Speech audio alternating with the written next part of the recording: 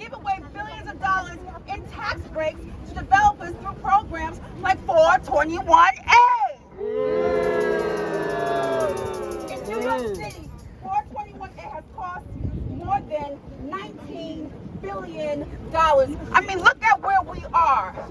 It cost $6 billion to put this all together. With $6 billion, we're going to house people. We're going to give people an allowance every month. We're going to make sure no one was in the shelters anymore. We're going to make sure that everyone had their rent paid until the COVID crisis was over. But what does New York State do?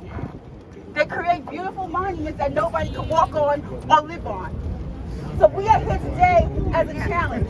We are sick and tired of wealthy developers and real estate getting corporate giveaways, while everyday New Yorkers get displaced and more of us are on the brink of homelessness and have already lost their homes. Today, we are launching Housing Justice for All 2022 platform, House New York! So here it is. We cannot continue with short-term reactive policies. We demand New York State make the long-term investment needed to end the crisis in housing and in homelessness at once. So now, we are going to have some speakers who will talk and stand with us. So I'm going to bring up Assembly Member Kim Chair, representative of the 40th Assembly District in Queens, and Chair on the Committee of Aging. Come on, Brother Kim. Come on now.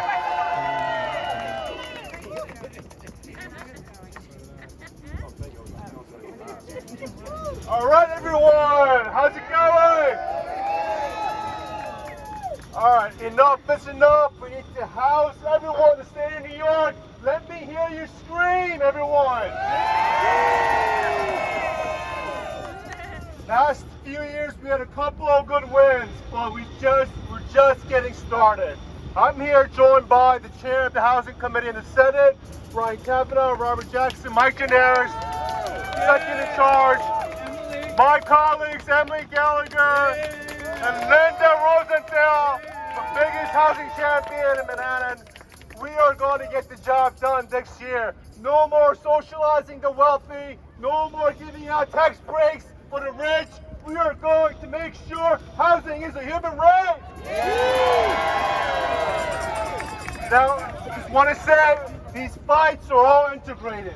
Whether we tax the rich, whether we hold the mega corporations accountable, everything starts with public housing. Yes. Public housing, public transportation, public schools. But nothing starts without public housing. This is where we start, and this is the fight we must win, and I'm with it. Let's go!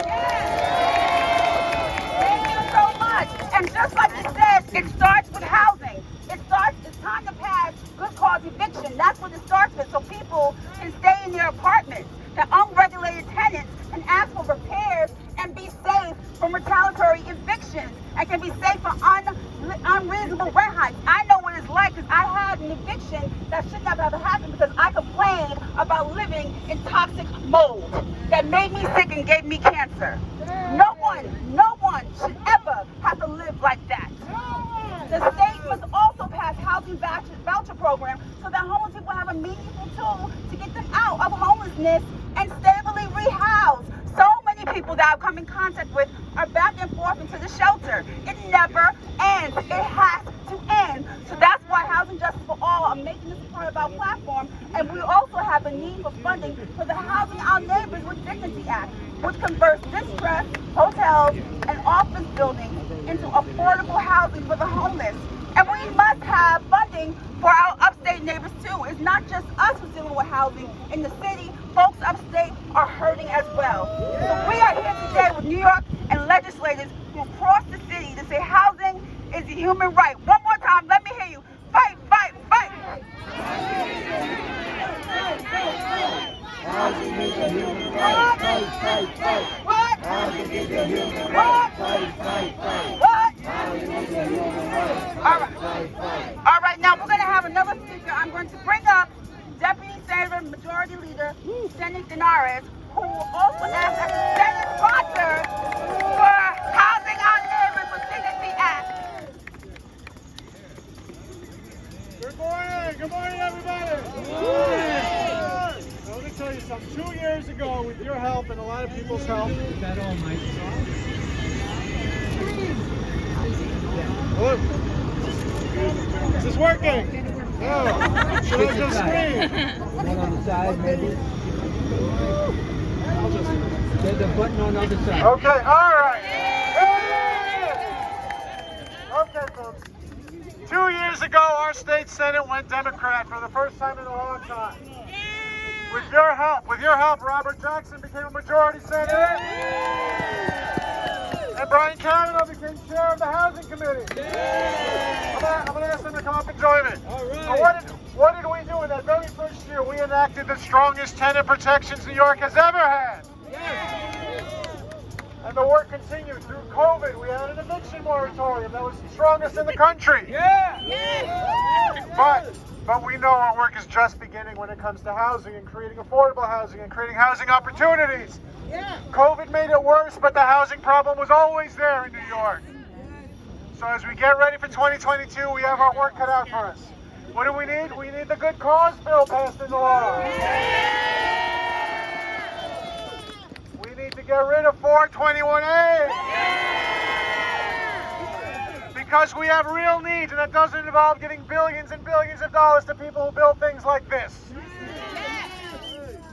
And something I'm very proud of, we passed a law last year called Honda, Housing Our Neighbors with Dignity. We got it started, but we have to do a lot more work because that is the path to creating real affordability and permanent affordability in New York. And we're going to keep pushing to get it better funded and done for everyone in this state. Now there's people who are going to oppose us, but we know how to get this done, right? With all of you working hard, coming to Albany, doing your work across this state, we are going to have the best year for housing strength and affordable housing in New York that we've ever had. We promise to keep it going for you. Our senators are here to do it, and with your help, we'll get it done. Let me ask the chair of the House Committee to say a couple words.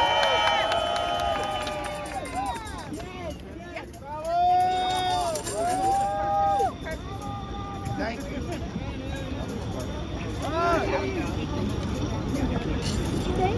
Thank you, Mike Gianaris, our great leader in the Senate. Let's give him another round of applause.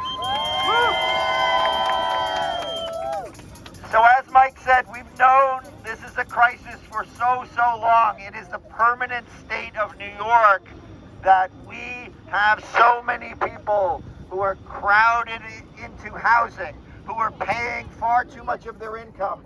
And unfortunately, so many people who become unhoused, 92,000 people at any given moment, and many thousands more